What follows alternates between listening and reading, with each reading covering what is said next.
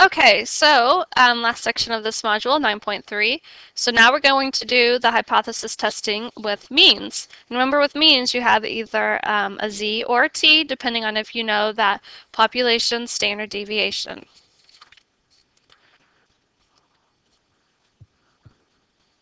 So just a little introduction here, if you'd like to read through here. But basically, we're going to be doing the same thing that we've done now, but with means. So let's look here.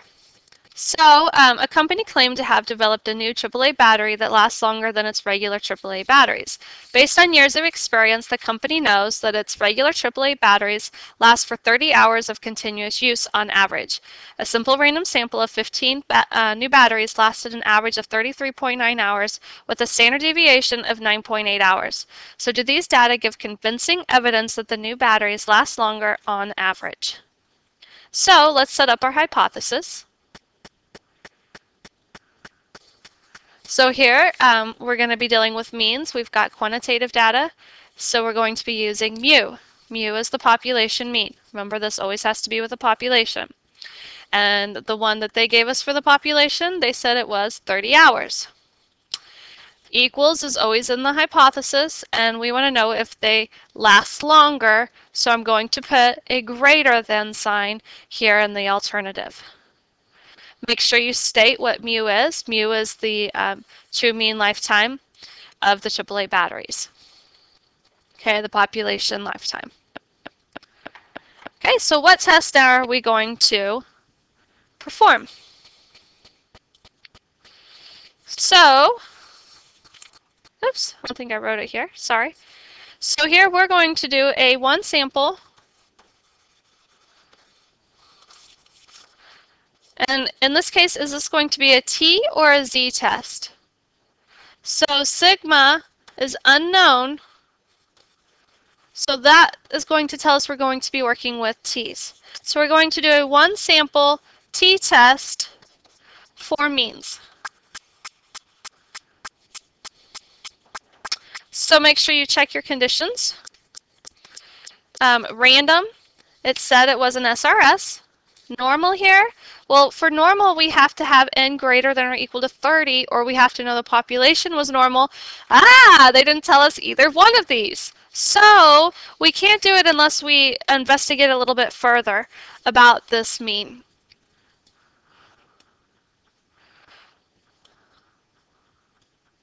So here I could go and make one of the graphs. Again, I think I've told you this, but I always like to do the box and whiskers plot. I think it's easy to see what's going on. So I'm going to make my graph. I'm going to choose B to make. And here I can see that there's no outliers and it's slightly skewed to the right. So since it's not a huge skew and there's no outliers, then we're safe to go ahead to say it's roughly linear. Roughly normal. I think I just said linear. Sorry. Okay. And then you have to check your independent. Since the batteries being sampled are happening without replacement, we're going to check to see if the 10% condition was met. So here 10 times 15 is 150, and I'm sure that there are definitely more than 150 batteries. So again, if you like to convert to the z-scores, this is something you can do. I'm not going to do it when I actually perform mine. Okay, but you do need to go find your sample mean and your sample standard deviation. And actually your test statistic here isn't a Z, it'd be a T. Sorry about that, because you are in a T test, not a Z. Okay. Okay, so we could find our sample mean, sample standard deviation going on. And we can convert to a t-score. We could make our density curve. I'm kind of going through this fast because this isn't the way I like to do it. Okay, you could go and look in your table with the t's here, where they intersect. Okay, so you could find the p-value, and then in this case, this p-value is between 0.05 and 0.10. Oops. So here, because the p-value is going to exceed 0.05, then we cannot conclude that the company's new AAA batteries last longer. Okay, so something easier to do is in your calculator. You could find that t-value, or you could go ahead and in your calculator, we've talked about doing that. I think I have it on here. If not, I'll write it. Okay. So here, this is just kind of the table B limitations. That's why I don't like to do the way we were just talking about. Because it is limited, it skips a lot of the degrees of freedom. We've kind of talked about that. Okay.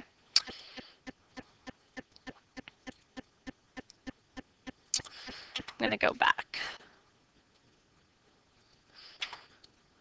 so I can talk about that. I don't know why my little toggle things are not on here. It's really annoying.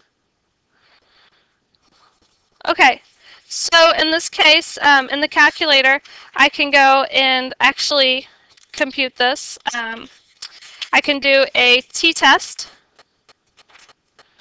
if you want to go to your tests.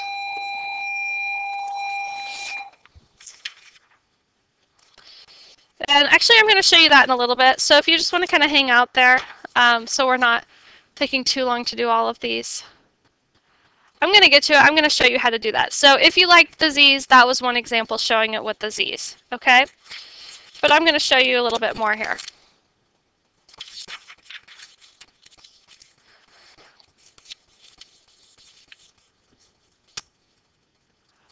All right.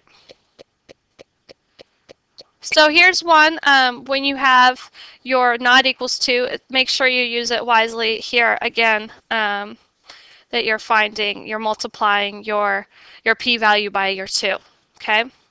All right, so let's look at this one. For the job satisfaction study, and this was back in section 9.1 if you want to read more, the hypotheses are given as following, where mu is the mean difference in job satisfaction score, self-paced minus machine, and the population of assembly line workers at the company. Data from a random sample of 18 workers gave a sample mean of 17 and a sample standard deviation of 60. So what I'm going to do is I'm going to go in my calculator to get my test statistic. It's a lot easier. So I'm going to go and find the t-test, because we're doing a test, not an interval. So if you hit second distribution, so second vars, that DISTR,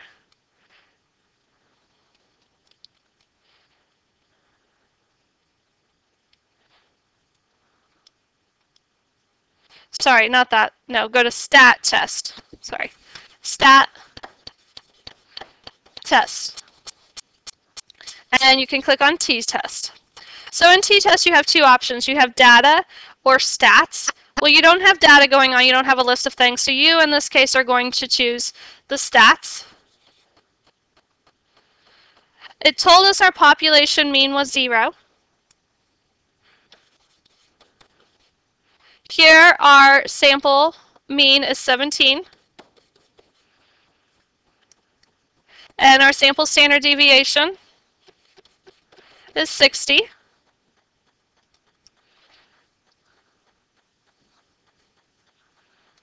And they gave us an N of 18. And then we want to highlight not equal to. Now hit calculate. So right now it tells you the test statistic 1.20208-ish. Okay? And it tells you the p-value. Oops. P is 0.2458 approximately.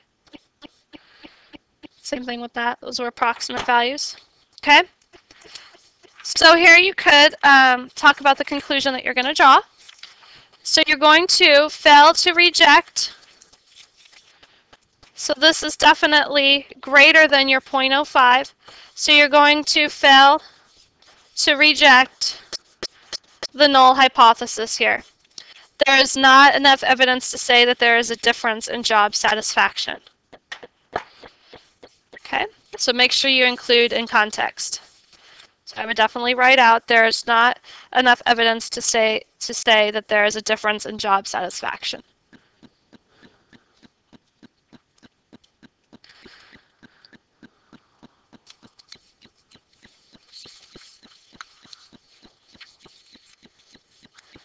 So here's just a little bit of review.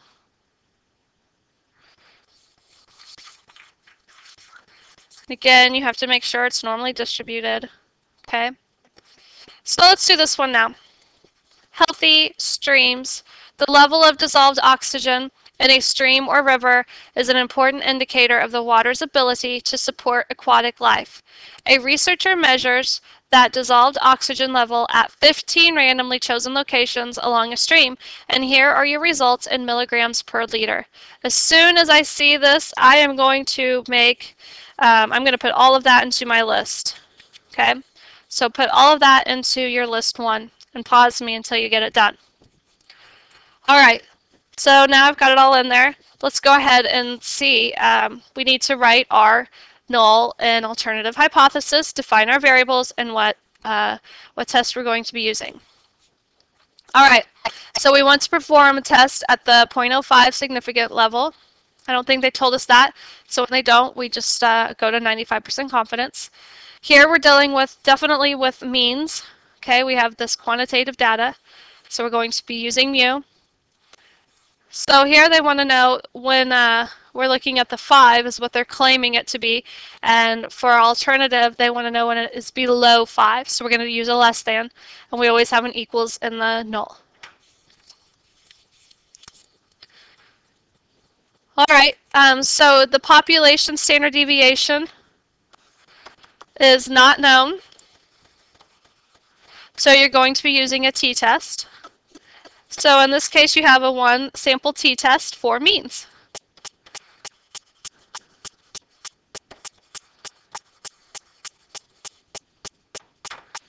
Okay? So now let's do, let's go ahead and do our conditions. Random, it said it was random. Normal, oh no, N was 15, which is less than 30, so it didn't say the population was normal, so I have to do a little bit more. Again, I'm going to always look at my box and whiskers. I like doing that. It's pretty fast. I've already got all this data entered, so I can go and do a stat plot into your calculator and select that to look at onto your home screen. Just make sure you zoom stat. Okay. And good, it looks good, it looks normal, no outliers, really hardly any skew at all. Slightly skewed left, maybe. So we're going to go ahead and proceed with the normal. Independent, so there are an infinite number of possible locations in the stream. So the 10% rule, of course, will be met because you could do that an infinite amount of times. Okay? So calculate your sample mean and standard deviation, but you don't even have to do that when you have it into your list. And I'll show you when you have the data in your calculator. Okay, so here if you like doing it all the long way, the old school way, go ahead. Make sure you can do all of that. Okay, but what I'm going to do now is I'm going to go put that into my t-test, but this case I'm going to use data.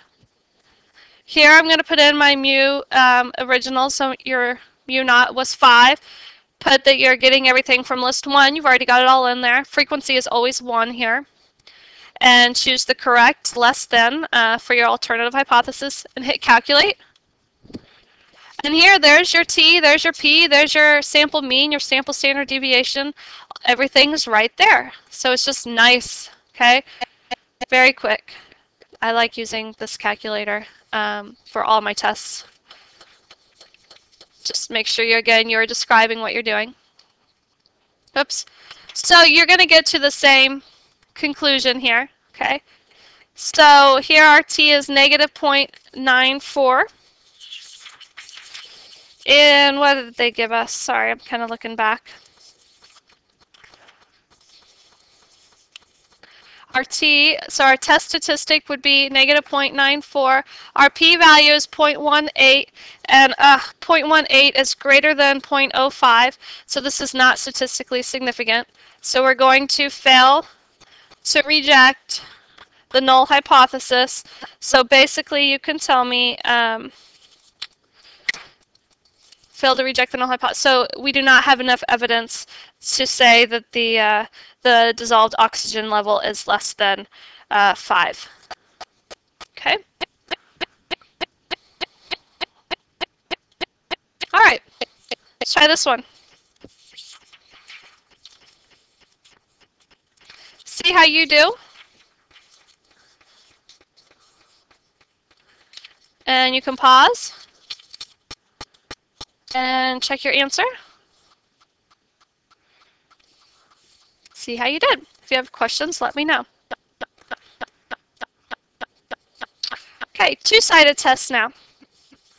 So now it's saying, at the Hawaii Pineapple Company, managers are interested in the sizes of the pineapples grown in the company's fields. Last year, the mean weight of the pineapples harvested from one large field was 31 ounces. A new irrigation system was installed in this field after the growing season, and they want to know, hey, do I get some better pineapples? To find out, they select and weigh a random sample of 50 pineapples from this year's crop. And the mini tab below here summarizes the data, determine whether there are any outliers, and then see if you can go ahead and perform your test. So this is a good review. Outliers. First you have to find your IQR. Then you multiply your IQR times 1.5, add it on to your Q3 and subtract it from your Q1.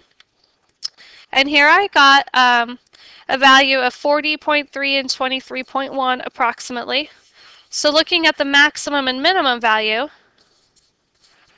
I can see that the maximum is lower than the 40 and the minimum is greater than the 23, so there's going to be no outliers.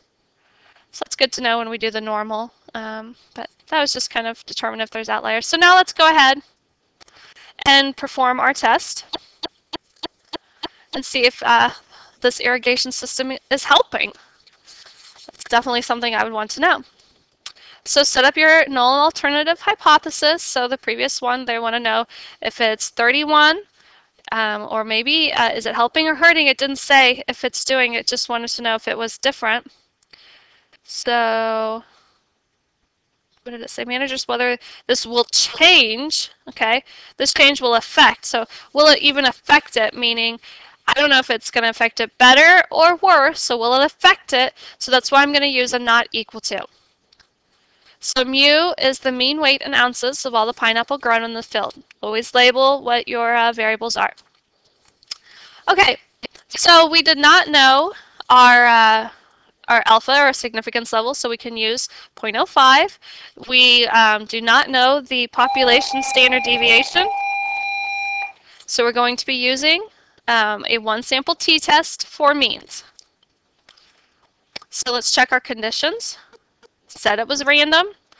Normal here, 50 is greater than or equal to 30, so we're great to go. We don't even have to do anything further with that. And independent, 10 times 50 is 500 pineapples in the field, so we're sampling without replacement, so we need to check this 10% condition. And I would suggest that they have at least 500 pineapples in their population. Okay, so you can put this into your calculator, or you can do it all out with the table. So if you put it in your calculator, I did a t-test, and in this case, there was not data. I had to put in statistics here. So my mu was 31. My x-bar, looking at the mini tab, the mean was 31.935. Again, looking at the mini tab standard deviation was 2.394. And looking at the mini tab, our n was 50. And then we want to choose a not equal to, so we can calculate our t and our p value. So our p value that we would get out was 0.008. So 0.008 is less than 0.05. So this is statistically significant. So we can definitely, we have enough evidence to reject the null and conclude that the mean weight is not 31 ounces. Now this kind of sucks. Like, okay, we grade it's not 31 ounces, but do we know, like, is it better? Is it worse? We don't know. So in order to do that, we would have had to have made a confidence interval. Okay? So while you got, hey, it's different, we don't know if it's different in a good way or a bad way. A confidence interval would have been a better approach for that. Okay, so confidence interval would give more information. So if I wanted to, that's kind of what we talked about. If I wanted to construct my confidence interval, you could go ahead and do that in your calculator. And you could see that now it's 31.255 to 32.616. Make sure you can get that. Put that in your calculator. Make sure you can get it. So here I can see that it is better. Okay. So yes, that new system is helping the pineapples. Yay!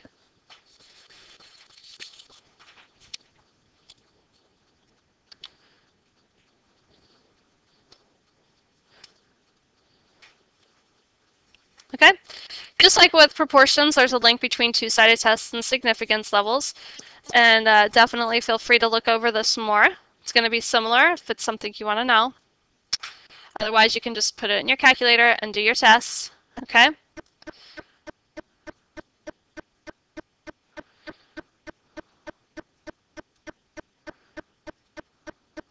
All right, so inferences for means paired data.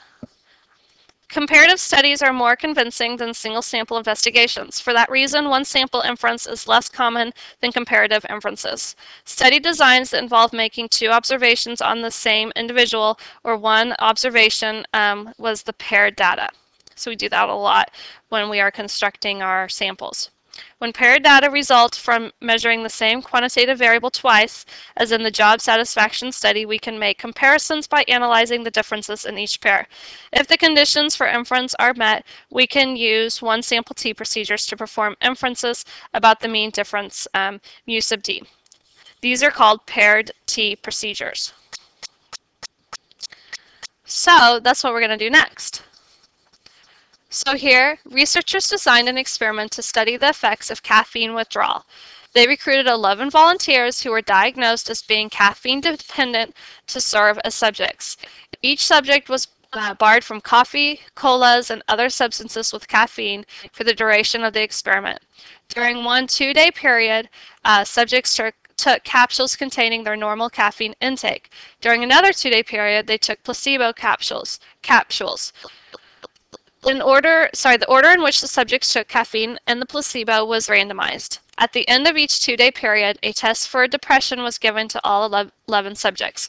Researchers wanted to know whether being deprived of caffeine would lead to an increase in depression. All right, so here I'm going to find the depression with caffeine, the depression with the placebo, and then the difference here, which would be the placebo minus the caffeine. When I go and do my test, I'm only going to check conditions for the difference. Okay, so you only have to check them for the difference here.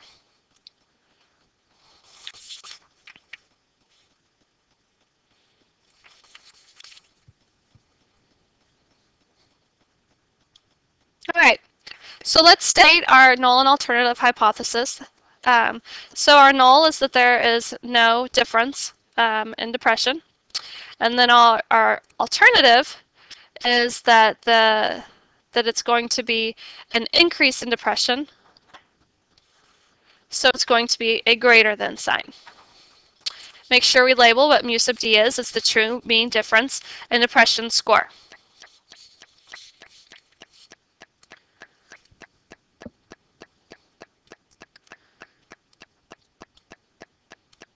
All right, so let's check our conditions for the difference. It was randomized, so we're good there. Normal, So we have a small sample. There were 11 samples, so we need to examine the data in more detail. So again, I'm going to make a box and whiskers plot, and I can see that there's no outliers and it's slightly skewed to the right, so we're okay.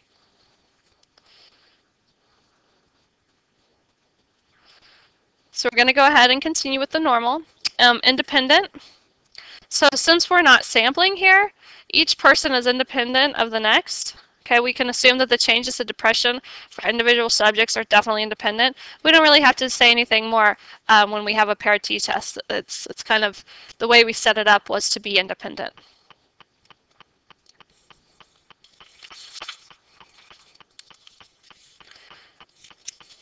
Okay, so you could definitely do all of this out again, or we could go ahead and do our t-test. And I got a t to be 3.53 and my p to be 0.0027 in the calculator. So then from there we can say, according to what's going on, we can say our p-values are 0.002. 0.002 is definitely smaller than 0.05, which is what we chose for our alpha. So we do have something that's statistically significant here. We have some evidence to reject the null hypothesis, and we conclude that depriving these caffeine-dependent subjects of caffeine caused an average increase in depression. So we can reject the null and accept the alternative here.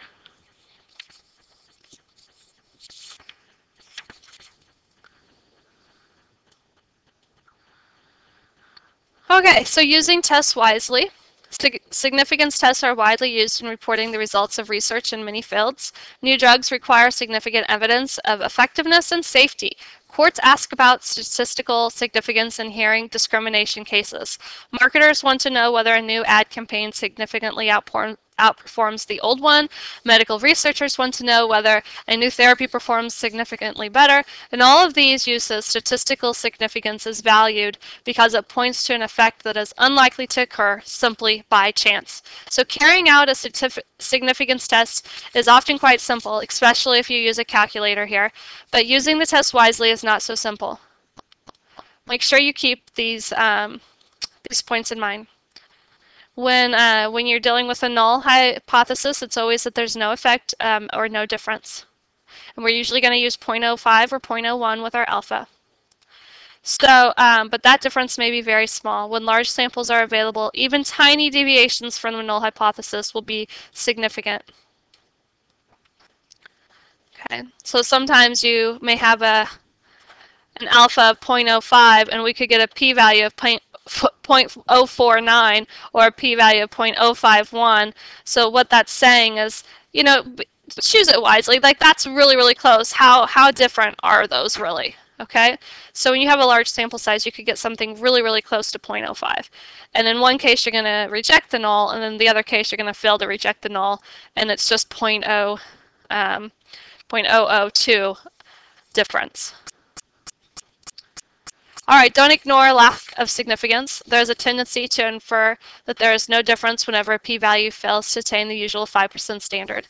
In some areas of research, small differences that are detectable only with large sample sizes can be of great practical significance. When planning a study, verify that the test you plan to use has a higher probability or power of detecting a difference of the size you hope to find.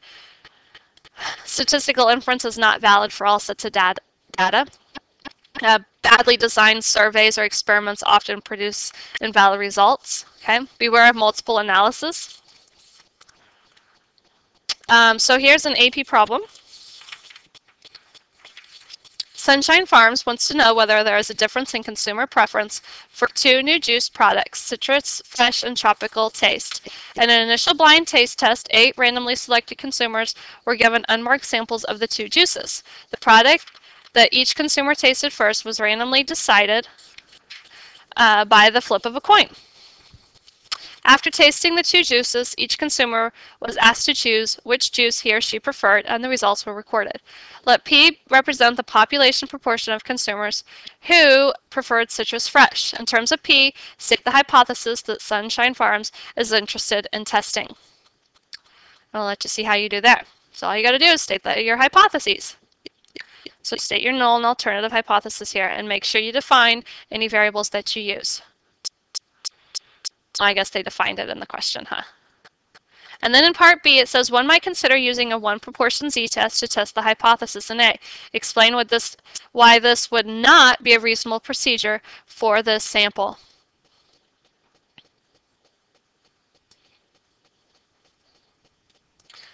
All right, so here in part A, we have P is 0.5 for our null, and alternative, it would be P is not equal to 0.5. The conditions for the large sample are not met here.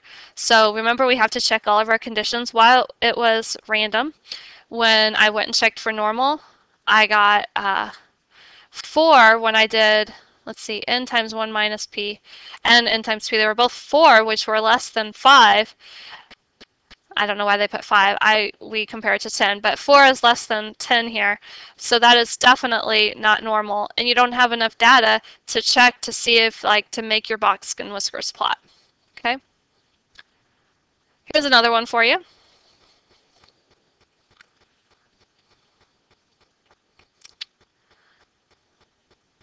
Okay. So, perform a test of significance to determine whether the mean amount of juice dispensed is different from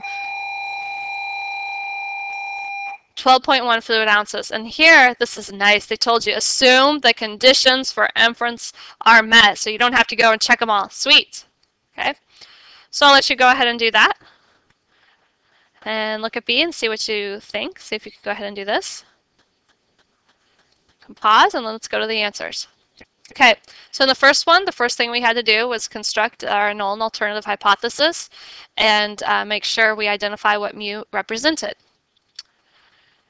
Step 2, make sure we say the correct test. So here you can see how AP is grading it specifically. So we are doing a 1 sample t-test for the means, or you can write the formula. I always just make you guys write out what you're doing for the test. But AP would also take that formula here. We would have to check conditions, but they said that they were already met. So then step 3, we need to go find the p-value. And you can definitely do this in your calculator as long as you're explaining. And then in step 4, we're going to state our conclusion and context of the problem. So our p-value is larger than 0.05, so we fail to reject the null hypothesis. And make sure you're stating everything in context there. And you can even see it says, in context of the problem. So it's not just me yelling at you to do that. And then here in part B, in 300 simulated samples standard deviations, the value of the computed standardized deviation from our sample in part A, or a value larger than that, occurred only 12 times. So you could go back and look at that.